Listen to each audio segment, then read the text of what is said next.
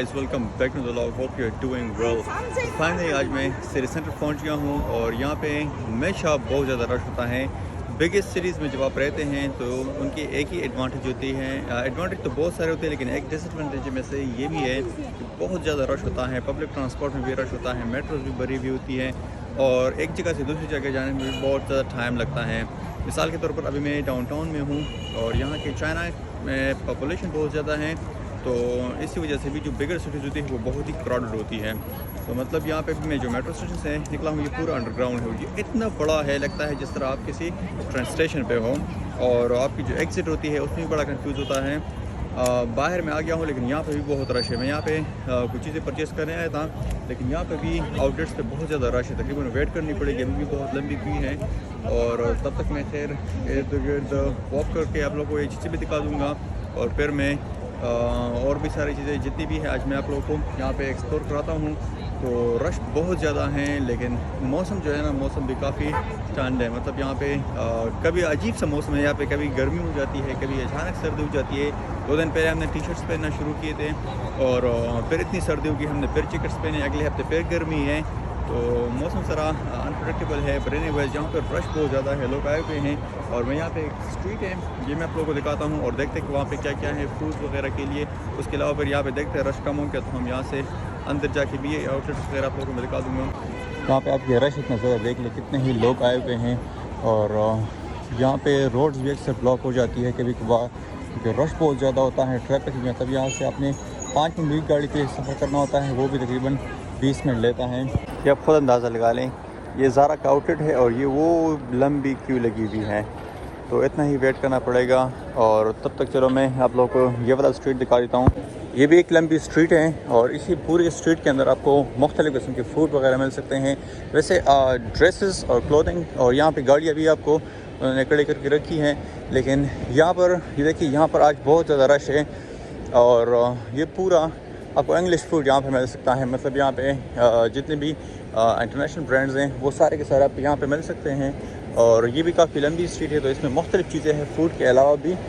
और यहाँ पर पार्किंग भी है, साथ में उन्होंने जगह जगह ओपन आउटलेट्स भी बनाए हुए हैं। और ये पता नहीं क्या है, इसके अंडरग्राउंड में भी बहुत सारे शॉप्स वगैरह उन्होंने बनाए हुए हैं।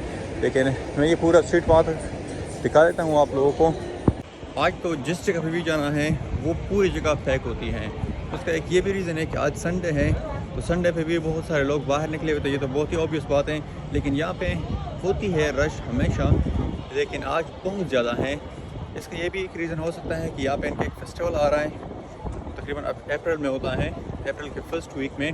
तो उसके लिए भी शायद लोग निकले हुए हैं, परचेजिंग कर रहे हैं, मुख्तलिफ़ चीज़ें हो रही होगी।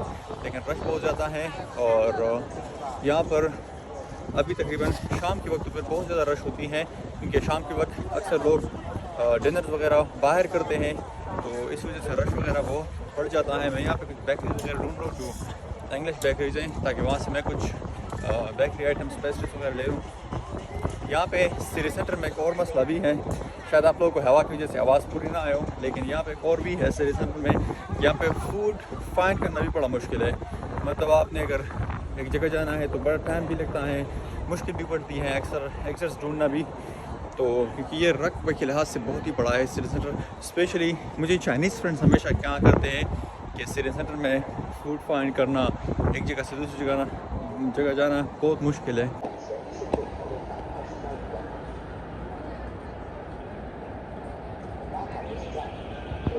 ये पूरी इनकी पेडेस्ट्रियन वॉक है। यहाँ पे आप गाड़ी वगैरह नहीं चला सकते, यहाँ पर सिर्फ आप वॉक कर सकते हैं। इवन साइकिल्स और बाइक्स भी अलाउ नहीं है, तो ये भी एक अच्छी बात है इस एरिया में। यहाँ पे आप वॉक कर सकते हैं, बैठने की भी उन्होंने जगह बनाई हुई है, आप यहाँ पे आराम से बैठ भी कर सकते हैं।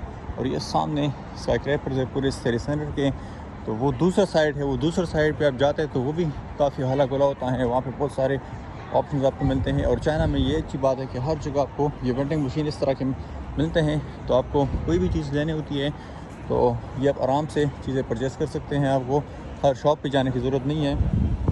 मैं लास्ट टाइम जब इधर आया था तो ये जो सामने आपको बोर्ड नज़र आ रहा है न्यू बैलेंस वाला, वहाँ पे टिम हॉर्टन्स की आउटलेट थी, लेकिन वो इन्होंने अभी ख़त्म कर दी है। तब ज़्यादा फूड के आइटम्स यहाँ पे होते थे, अब इन्होंने उसको भी फैशन बना दिया है। यहाँ पे ये फूड कम लेकिन फैशन के ब्रांड ज़्यादा हैं। इसका मतलब सिटी सेंटर को मैं सिटी सेंटर के अलावा अगर फैशन हब कहूँ तो ये गलत नहीं होगा, क्योंकि हर जगह पे आपको शॉपिंग के लिए ही ऑप्शंस अवेलेबल होंगे। इसी जगह पे टाइम हॉटस थी, अब उन्होंने चेंज कर दिया। इतनी ही ज़्यादा क्यू लगी हुई है, अब भी फर्स्ट टाइम क्यू में लग रहा हूँ, देख लें। चलो आउटलेट के अंदर तो मैं आ गया हूँ और यहाँ पे मुख्तलिफ वैराइटीज़ हैं। उन्होंने ये आउटलेट नया बनाया हुआ है, ये 2 फ्लोर्स पे है। अभी ऊपर जाता हूँ। चलो यहाँ से तो हमारी परचेजिंग हो गई है और अब हम निकलते हैं मेट्रो की तरफ, दूसरी जगह जाते हैं और वो मैं आपको दिखाता हूँ। वैसे लाइन पे मेरे टाइम इतना ज़्यादा तो नहीं लगा। यहाँ पे अब मैंने टैक्सी ली है, लेकिन ये जो जगह है ये तकरीबन 3 किलोमीटर तक रास्ता है और ये इतना ही ज़्यादा टाइम लेगा, क्योंकि सिटी सेंटर में मूव होना बहुत ही मुश्किल है। यहाँ पे हर चीज़ बहुत ही टाइम लेता है। अभी ये कब से वेट कर रहे हैं।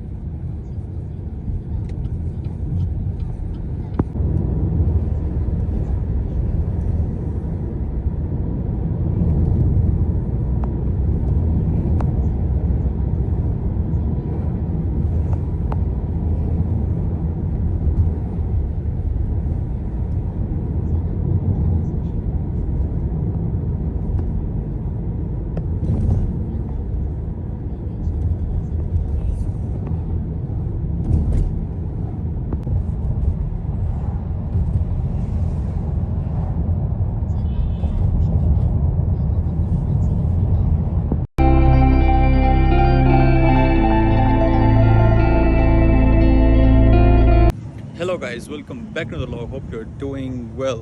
तो कल रात में सिटी सेंटर में था और यहाँ पर तो मैं खैर ज़्यादा रिकॉर्ड नहीं कर पाया, बहुत ही थक गए थे। लेकिन उसके बाद अभी मैं बाहर आया हूँ। जो सिटी सेंटर है वो शॉनवुड डिस्ट्रिक्ट के अंदर आता है और अभी जिस एरिया में मैं हूँ ये यहाँ पे जांगनी डिस्ट्रिक्ट के अंदर आता है। ये शानलन का एरिया है और यहाँ पर अभी शाम का वक्त तकरीबन होने वाला है। मैं अभी भी मेट्रो से उतरा हूँ। यहाँ पे तो एक मैंने यहाँ पे बहुत सारी बेकरीज़ हैं जो बहुत ही मशहूर है। ये चाइना के अंदर HPC बेकरी हैं, जहाँ पे आपको सारे ऑथेंटिक यूरोपियन पेस्ट्रीज़, बगेट्स और सारी चीज़ें मिलती है। क्योंकि जो चाइनीज़ डेयरी आइटम्स है या जो चाइनीज़ बेकरी आइटम्स है वो डिफरेंट होते हैं वेस्टर्न चीज़ों से।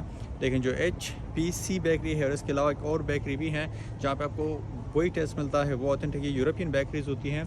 तो यहाँ पे तकरीबन 2 है। एक तो मैंने वहाँ से कुछ चीज़ें लेनी है और उसके अलावा यहाँ पे एक सुपर मार्ट है जिसे कहते हैं खमा। तो ये बड़ा मशहूर है, मुझे बाकी सीरीज़ का नहीं पता, लेकिन नानजिंग में ये बड़ा मशहूर है और ये अच्छा है। काफ़ी चीज़ें यहाँ पे मिलती है और जो वेस्टर्न इम्पोर्टेड चीज़ें भी आपको मिलती है।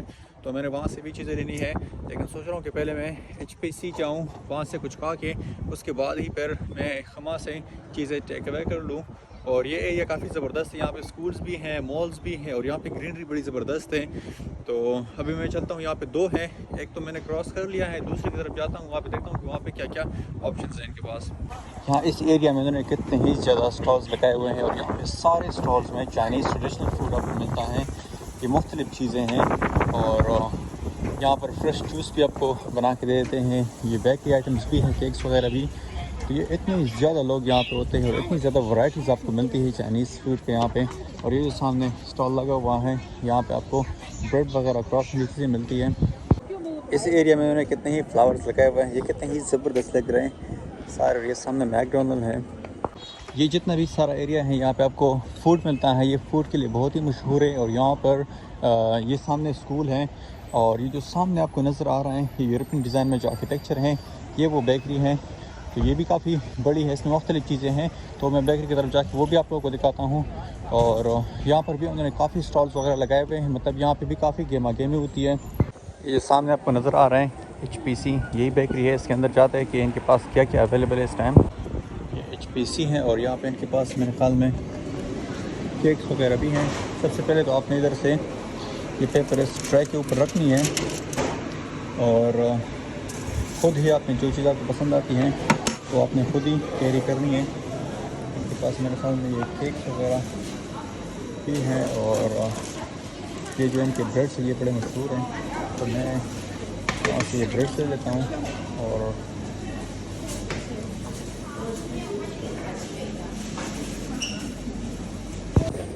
ये चीज़ें मैंने यहाँ से ली हैं, मैंने जाके यहाँ पे पेमेंट करनी है। अब देखते हैं, यहाँ पे भी अभी लाइन है, वेट करना पड़ेगा यहाँ पे। यहाँ से तो मैंने बेकरी आइटम्स जितनी भी थी वो मैंने सारी ले ली हैं और अभी मैंने कॉफ़ी का ऑर्डर दे दिया है। लेकिन यहाँ पे मैं भी थोड़ी देर के लिए बैठता हूँ और कॉफ़ी पीता हूँ, साथ में ये एंजॉय करते हैं क्रॉसेंट्स वगैरह को। लेकिन ये बेकरी काफ़ी बड़ी है, यहाँ पे काफ़ी अच्छा लगता है। यहाँ पे बहुत सारे लोग आए हुए होते हैं और दे आर जस्ट एन्जॉइंग। बहुत सारे लोग आके यहाँ पे काम शाम करते हैं, पढ़ते हैं। इनकी जो क्रॉसेंट्स तो काफ़ी ज़बरदस्त थे, बड़े टेस्टी थे। लेकिन जो ये चॉकलेट प्रिंसेस हैं, ये मैं ट्राई करता हूँ ये किस तरह हैं। ये भी काफ़ी अच्छे हैं। ऊपर से इन्होंने चॉकलेट की जो लेयर है वो काफ़ी ज़्यादा क्रीमी है, लेकिन फिर भी काफ़ी अच्छा है।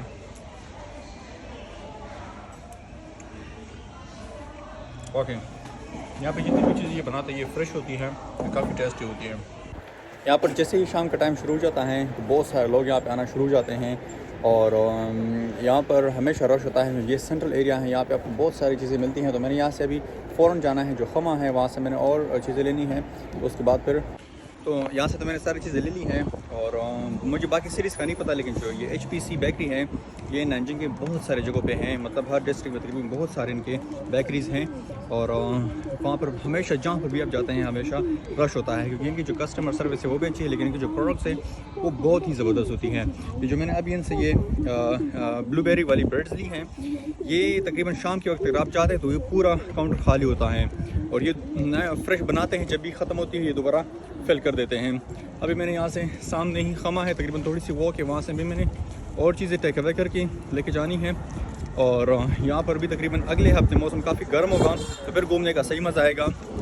ये खमा में पहुँच गया हूँ, यहाँ पर भी इनके पास मुख्तलिफ़ चीज़ें हैं। ये उन्होंने ब्रेड्स वगैरह रखी हुई है, ये केक्स है, ये वाला मैंने ट्राई किया है, ये काफ़ी अच्छा होता है।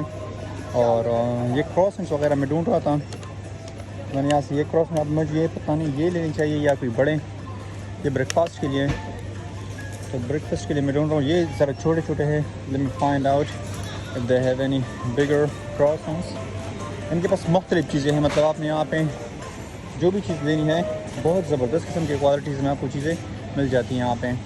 इनके पास ब्रेड भी फ्रेश होती है,